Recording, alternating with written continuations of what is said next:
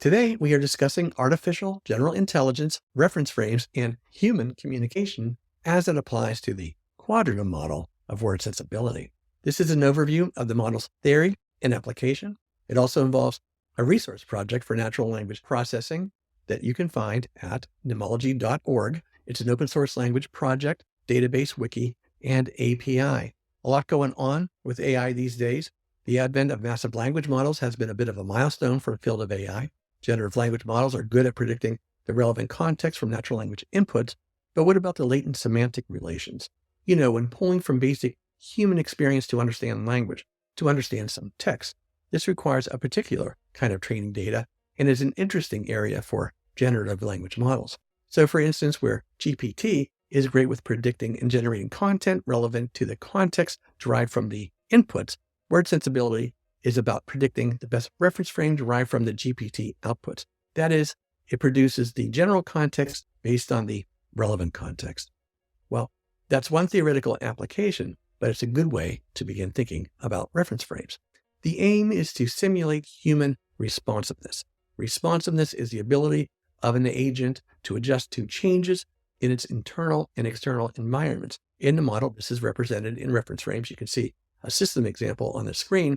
The approach draws on ideas related to embodied cognition and how agents interact with their environments and each other.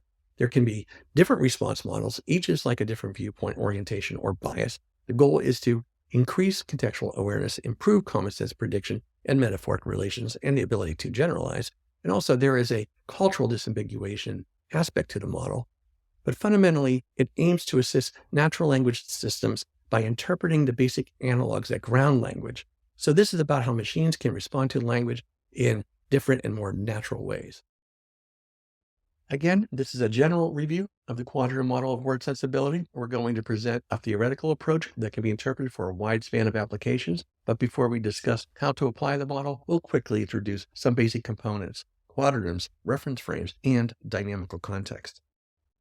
All right, so quadranyms are pretty straightforward. They're simply a subject or a topic divided into 4 categories, but they belong to a knowledge base. So a quadranym is a type of polynym. The term polynym represents a theory that involves categorical division of a topic. A polynym knowledge base can enhance cultural disambiguation for automatic machine translation, present points of view, and assist research projects. A polynym knowledge base is a useful interdisciplinary research tool. Here is a screenshot of the polynym database. Here are some of the features.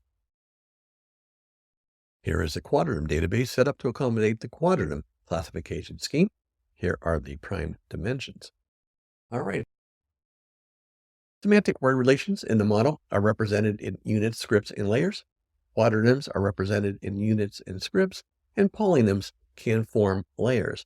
And also, it is quadranyms that populate word sensibility reference frames. So let's segue into reference frames. I'll just read a little bit from this summary. To assist the machine acquisition of common sense concepts, the idea is to analyze the words of text utilizing reference frames. We call it word sensibility. The goal is a text analysis to assess word sense by simulating human responsiveness. That is the ability to act quickly and positively to situations in the world. Reference frames move quickly between general and relevant viewpoints. In this way, machines can learn to make better sense of the things that people typically know. There are 2 kinds of reference frames. There are general frames associated with unattended sense and relevant frames associated with attended sense. General frames are less about the what we are targeting and more about the how we are targeting it. Here, we are going to show how we're thinking of reference frames in the grand scheme of things. They sit at the pinnacle of the process toward the human ability to share viewpoints. It begins with the perception and action frameworks. This is about the organismic interpretations, the individual interpretations. Sensory memory makes its way through the episodic and semantic memory that gets filtered and distributed through the common sense frameworks and the intersubjective frameworks. So yeah, the common sense frameworks are about the learned physical laws, what you're interacting with and how to interact with it. And the intersubjective frameworks are about the social interpretations. They form the reference frames that are about exchanging orientations. The prior frameworks help constrain and help form the intersubjective framework system that allows us to share our viewpoints, find common objectives, and form a social structure. So that's how we're thinking of reference frames in terms of a simplified view of a very complicated process. Moving on to dynamical context, our last component to introduce, I want to quote Andrew Hinton here. Context isn't just the surrounding circumstances because it includes and interacts with the subject that is surrounded and the agent that tries to comprehend it all. So Andrew is pulling from embodied cognition and also ecological psychology. This whole nested system is necessary for understanding context and includes the environment, physical activity, brain activity, and the perception and action cycle. So context is a multi-organizational process. Unpacking words with word sensibility analysis begins with the distinction in the contextualizing of word sense. So the whole nested system, the whole multi-organizational process is divided up into two types of context. The situational context, that is the communicative ability to present or understand the objective circumstances in which an event occurs and will sometimes include the appropriate behaviors associated with it. And the dynamical context, a situation resonates with a pre-existing psychology, a predetermined expectation for behavior within that situation, and produces a synergy response reshaped for the moment. There is a difference between a dynamical context and a dynamic context.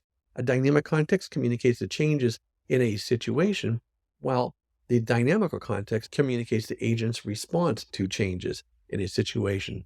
So for instance, a house fire is a dynamic context because changes occur in that situation. On the other hand, dynamical contexts are about the relations within the agent's responsive system. In this way of thinking, when reading a drama that includes a dramatic house fire scene, the sense of the drama is about the reader's responsive system and how the dynamical context of that system activates, not only in response to the situational context, but even more effectively in the responses between activated layers.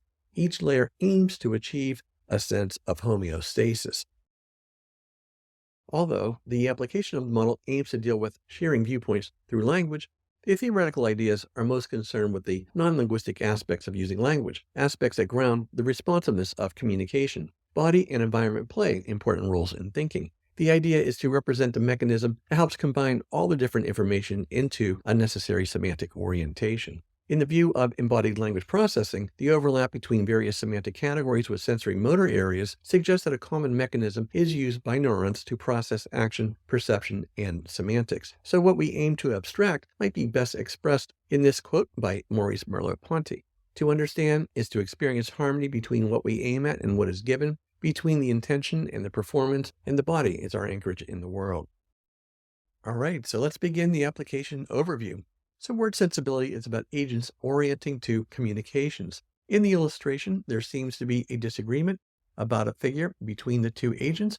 One sees it as a 6 and the other sees it as a 9. Each agent correctly designates the figure based on their orientation, so each agent has the appropriate response. In the model, these are called normative responses because each orientation targets a particular array of basic expectations. So it's about sharing these basic expectations and thus reducing anxiety between agents. Maybe that's the primary issue in this illustration. It's not certain what the relevant context is. It's not really necessary to resolve the orientational differences until a relevant context is actually presented. But humans have the ability to debug these kinds of orientational mishaps because humans routinely exchange their orientations. This allows humans to correctly target pressing issues together and maintain common objectives. Let's get into the actual application of the model. Word sensibility is proposed as a model for text analysis. Data training involves a database with its features tagged to identify apt reference frames, and reference frames are about normative responses for artificial intelligence. Well, the idea is to train programs to match reference frames to text. Let's begin with a basic analysis. Consider the sentence, "Let's move the couch over there." General reference frames aptly apply, such as agent, energy, time, and space. The words of the sentence are matched to reference frames, so let's is matched to agent, move to energy, the couch to time, and over there to space. A reference frame is represented as a predicate for a word or subject. So for example, move is predicated on energy. The sentence is the relevant topic or situation, and each reference frame is a distinct general topic, and each reference frame has distinct topic variables called latent topic variables. The words of the sentence can become variables of the reference frames. And as we mentioned earlier, there is a distinction between types of context. So each reference frame is a distinct dynamical context, and the sentence is the situational context. The layered word order in this system is the order of the sentence. Let's move the couch over there. And because let's is the subject of agent, the reference frame topic is find goal of agent. And for move, it's find matter of energy. And for the couch, it's find event of time. And for over there, it's find between of space. So all the words of the sentence are associated with latent topic variables. Let's look at a very simple system report. The constituents are let's move the couch over there. The relevant topic of the sentence are the arguments we and the couch predicated on move. The general viewpoint or unit is agent find goal, and a hierarchical range or layers are from agent to energy. And from that, a hierarchical system is rendered to nest words with latent topic variables. Reference frames anchor on topic states that target topic variables. So here are the topic states right here. So topic states are about how word double concepts anchor in the system, and they are also about how topic variables find relations in reference frames and in a nested system of reference frames. So in this nested system, agent is the most general reference frame and energy is the most relevant reference frame. And this system finds added orientation with time and space. So if agent then self targets goal to find agent topic variables, and if energy then motion targets matter to find energy topic variables. So a nested system is represented like this, and nested systems can nest into other nested systems. Here's a good example of a basic spatial system. The previous system can be nested in this one by adding agent and energy. Nested systems are like virtual tools of the mind created to solve occurrent issues that arise when trying to achieve orientation. These tools can be used repeatedly and reconfigured for many kinds of situations. Here are the latent topic variables for this system, and through deep learning methods using word embeddings, all of these categories will increase word associations. Every system has a phrase template like the one below that the whole system of reference frames can parse into. So for example, for the word topic space, infinite is dependent on finite to find the between of void. And for the word topic time, future is dependent on past to find the event of present. And for the word topic door, open is dependent on close to find the barrier of passage. So void is the 0 point of space, between is the measure of space, present is the 0 point of time, and event is the measure of time, and position is the 0 point of distance, and relation is the measure of distance, and the mode categories provide the dependent and independent variables. Okay, so in this way, all reference frame models are formed by mode categories, primarily expansive and reductive, and by state categories, primarily objective and subjective. O generally describes what the values of a situation are about, and S generally describes how those values are being anchored. S is the source condition, and O is the target condition, and together they are referred to as state topic variables, and modes are the mode topic variables. These modes happen to be complementary opposites, but they don't always have to be. However, you'll find them in general systems like this one. And again, as stated, all the variables together are called latent topic variables. All right, so let's take a look at the basic model. So another important method along with word embeddings to represent word values for analysis are reference frame models that utilize regression analysis specifically for quadranyms. Basically, it's about aligning the values between an orientation and situations, like the three situations here, or the situational context of our example, let's move the couch over there. The goal is to quickly respond with the best orientation. The response is a measure of the relation between the mean value of one variable and corresponding values of other variables to represent the changing situations of a situational context. A mean can provide a situational starting point for an orientation. Here you have three different situations and how they're represented. In every reference frame, potential is on the y-axis and actual is on the x-axis. So for example, void of space is infinite potential on the y-axis, but is broken into finite actuals on the x-axis. Because for this word topic of space, infinite is dependent on finite to find the between of void. So, in other words, the actual values of void on the x-axis affects the value potential of void on the y-axis. But any changes between finite values on the x-axis have no effect on each other. For example, atmospheric changes can be independent between values on the x, but not on the y. In general, the y expresses the singularity of the state condition, and x expresses a multiplicity of state conditions. The variable of s can find its potential in the value of O.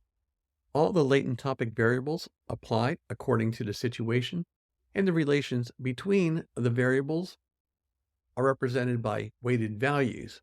All the latent topic variables can be mixed and matched to best respond to the situation. Adding agent and energy to a system works to engage a situation along with the other reference frames. The model works to provide orientation for agents in a temporal sequence in a space using energy. A couch can become the matter of energy, and moving it can become the goal of agent. We can begin with a system like this for a basic orientation. Is the couch being moved in a room, to another room, or where? The model can reconfigure depending on how the situational context unfolds, and it can provide counterfactuals with very little information. There's a lot of common sense and metaphoric relations that can be derived from even a simple system like this, and training on text will add priors to improve and justify orientational methods. A lot of good things can happen when you use reference frames, especially when you're layering them into systems. Here's another quick example. It's the same system with different situations in response to relevant contexts 1 and 2. Close the door because it's cold outside, and open the door because it's hot in here. The dynamical context has to do with the homeostasis of agents and the ambient temperature that surrounds agents in a space implicated by the relevant context. The dynamical context is represented in the reference frame door. Door is nested in the spatial system, and barrier equals climate variance. To vary climate, open is dependent on close to find the barrier of passage. That is to represent barrier as coordinates. Open is on the y-axis, close is on the x-axis. Open is potential, close is actual. Because the word topic door has word associations or situational contexts that deal with the utility of door, the relevant context climate can be chosen. So climate and its word associations can be nested in as variables of the system. For instance, cold can become a potential of the y-axis. It brings measure and defines what open is. Open is cold. Cold is now the dependent variable, and close is the independent variable, as is hot. Word associations find their way into reference frames to better specify the topic variables of an orientation. If the relevant topic was, say, for example, education opens doors to opportunity, then the y variable would be opportunity.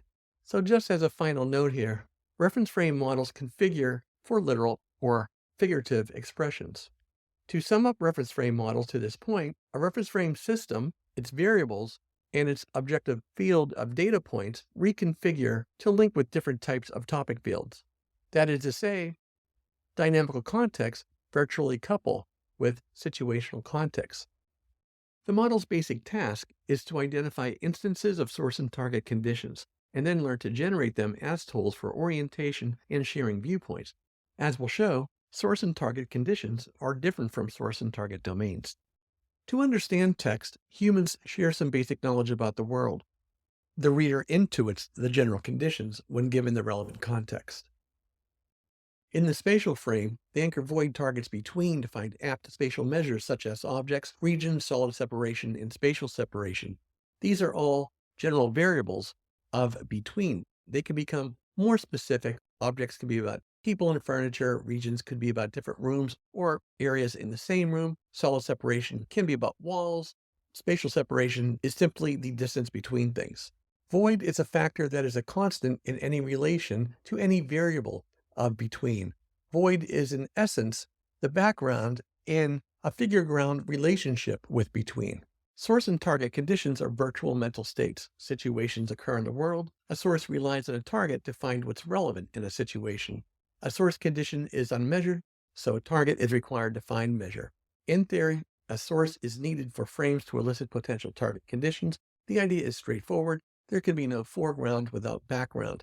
The invariable source is the standpoint taken. Topic variables are the target. Here is a very basic three-layered system. The variable for every word topic represents a quadranym. Space could have several quadranyms. This one happens to read like this. For all x, if x is space, then x is void predicated on infinite as a superset or equal to between predicated on finite. So the source condition is the superset and the target condition is the subset. The aim is a system to bridge between subjective and objective ontologies. It's about a dual ontology that has reciprocal relationships. So the agent can change the environment can then change the agent, which changes the environment, which then changes the agent. Reference frames provide actual orientation and potential topic targets. So if the subjective general source condition, then objective relevant target condition. Source conditions refer to the intersubjective construction of communication, and target conditions refer to the objective relations that provide understanding. So reference frames are about targeting the meaning and being able to do that with others. In the illustration, the agent's thought bubble says, I heard that there are things falling from the sky today. So from that information, the agent responds with the right reference frame. It's the reference frame energy, the source condition is motion, and the target condition is matter. So the agent made a pretty reasonable assumption about the target condition. As you can see, it wasn't rain, it was a piano. The point being, the target condition is what's relevant. The source and target condition doesn't represent understanding. It represents targeting the understanding. Source and target conditions are in some ways subsets of source and target domains. We might imagine conditions and domains developing on the same continuum and becoming distinct over time. Conditions become domains and prove the logic. In the system, conditions are considered transient while domains are steady. For example, think of a child who plays with blocks. The child has learned to stack blocks, build tall towers, and knock them over. A parent comes in and says, let's clean this mess up. The child is experiencing and responding to many different conditions changing over time. The child's mind matures and learns that changes happen within rules of basic principles, like physical, gravitational, and social. The child's initial block building experience is about the response to the conditions of the principles that have yet to develop.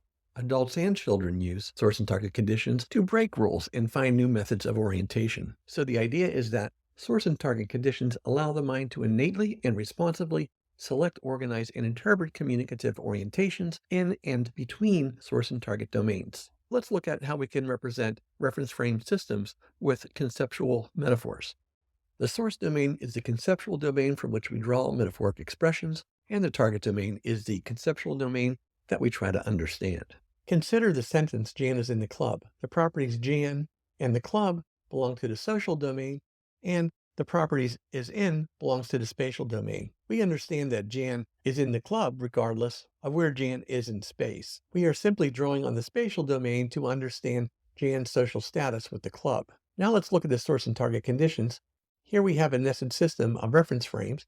Self is the 0 point of agent, goal is the measure, void is the 0 point of space, between is the measure, self is the 0 point of social, and others is the measure. Agent is general, social is relevant, and space is added orientation. Because agent is general, it can reference all the target variables of its system. You can see the system represented here. Self targets between, that's the general of region, that's the general of club, that's the general of others.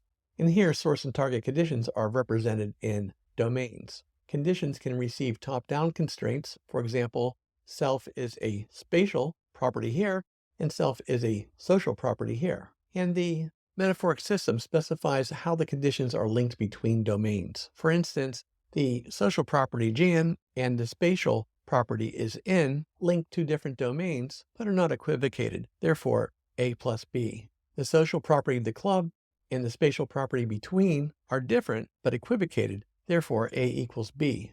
And the social property self and the spatial property self are exactly the same, therefore A equals A. The source and target conditions right here, you can see self targets between and self targets the club, and also Jan targets is in, orient the general topic variables for the relevant context of the sentence. They specify the general topic target variables. Self-targets between of the spatial domain is equivocated with self-targets between or self-targets the club of the social domain. And you can see that down here. Self-targets between of the spatial domain equals Jan is in the house, and self-targets between of the social domain equals Jan is in the club. One is literal and one is figurative, but literal and figurative doesn't apply to source and target conditions. Okay, so any condition can be in any domain. Domains provide top-down constraints. Conditions provide bottom-up constraints. In the view of Hobbes and Rumelhart, metaphor interpretation is not only basic to language understanding, it should be indistinguishable from literal language interpretation. That is to say, the realization of metaphoric expression itself is a later process. For example, consider parents who are driving along in a car discussing where to find gas. Their child in the back seat overhears a parent complain to the other, "This car really eats up gas." The child relates to the word eat because when you're hungry, you eat. The car must be hungry.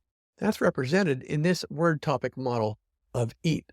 You can see hungry is the 0 point. Hungry facilitates the intersubjective orientation of the eat topic for the child. So the child assumes the car needs to eat because it's hungry. The target condition is food, and food is gas. The idea here is that people are naturally wired to exchange a sense of like-minded anticipation to orient to a communication. As the child grows, the child quietly learns that people get hungry, but cars don't. This is another, even more discerning level, but the primary aim is to simply target what the understanding needs to be. The car isn't literally hungry, but it eats up gas like it is. Let's look at some of the ways a system can identify source and target conditions. A word takes on different roles depending on the layer. In our example, let's move the couch over there. The relevant response is about why people move furniture around, and the general response is about the intuitive grounding and orientation. The aim is to create systems of orientation by layering frames in scripts form on layers. The words of the sentence, "Let's move the couch over there," are parsed into this nested system. Here you can see all the source conditions, and here you can see all the target conditions. So above represents a nested hierarchy with layered viewpoints. Notice that the couch and move are represented as both targets and source conditions. The couch is what's at present in time and is also the matter of energy. The base verb move is aptly assigned condition states for each layer.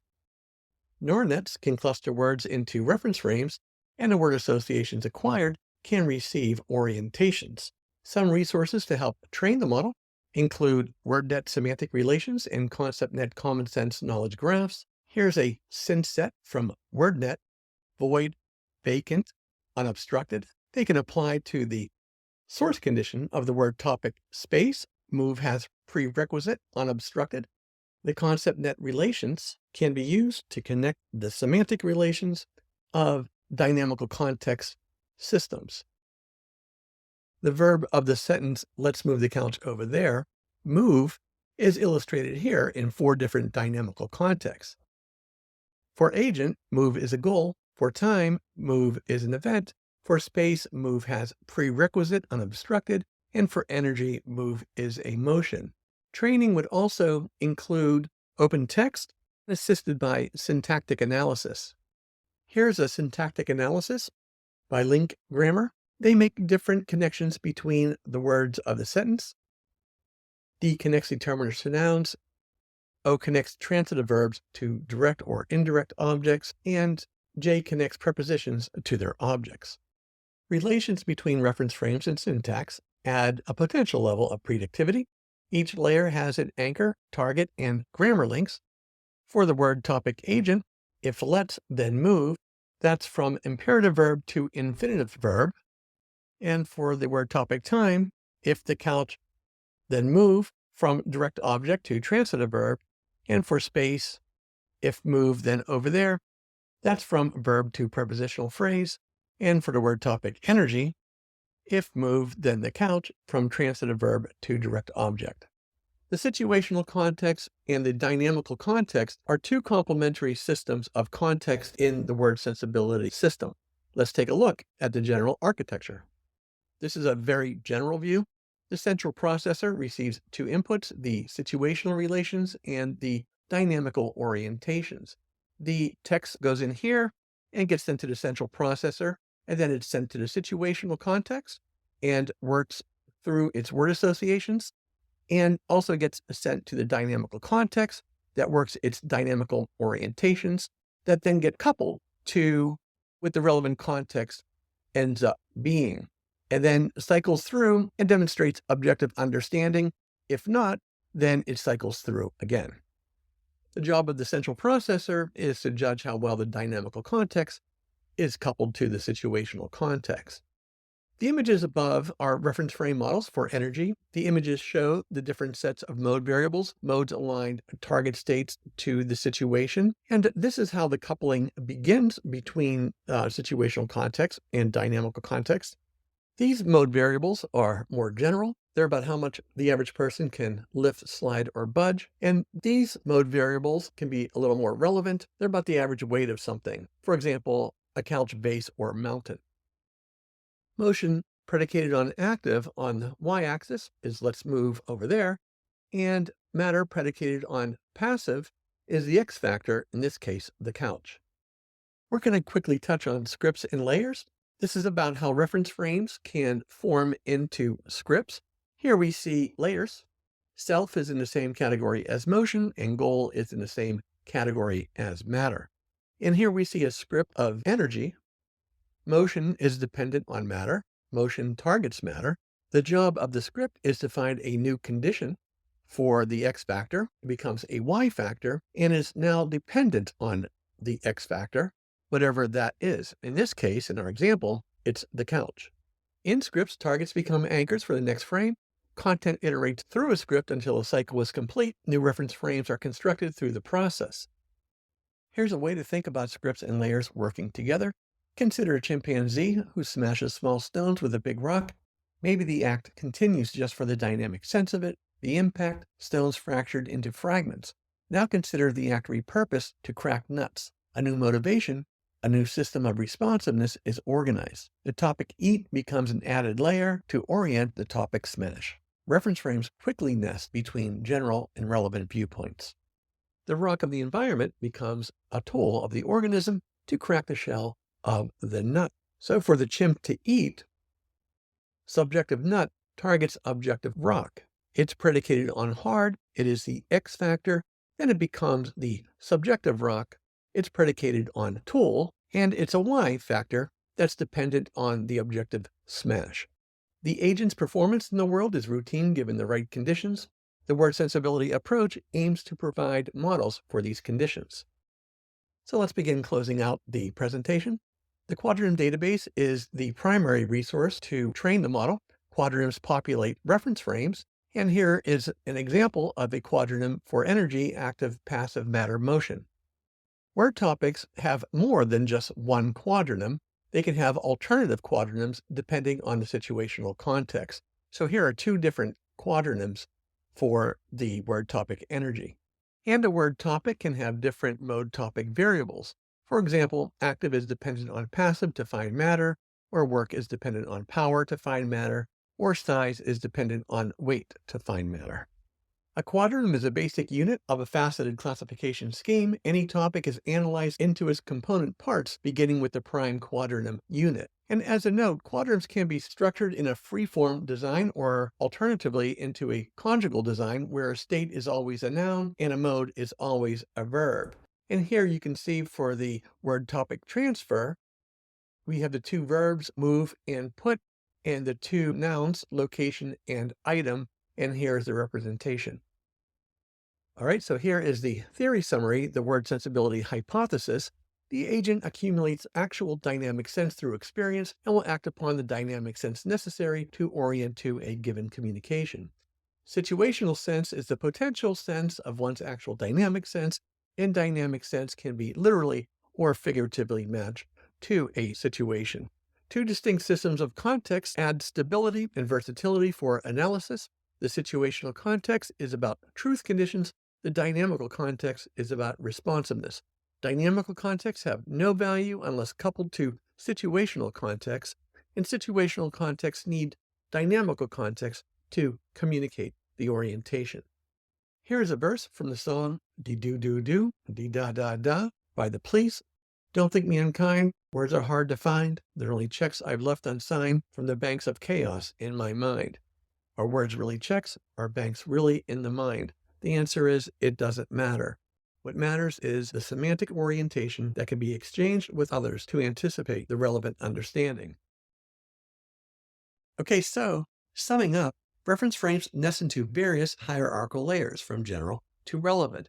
These nested layers form virtual systems of responsiveness. The approach aims to assist with hard AGI tasks such as common sense reasoning, word sense disambiguation, and metaphoric and poetic analysis.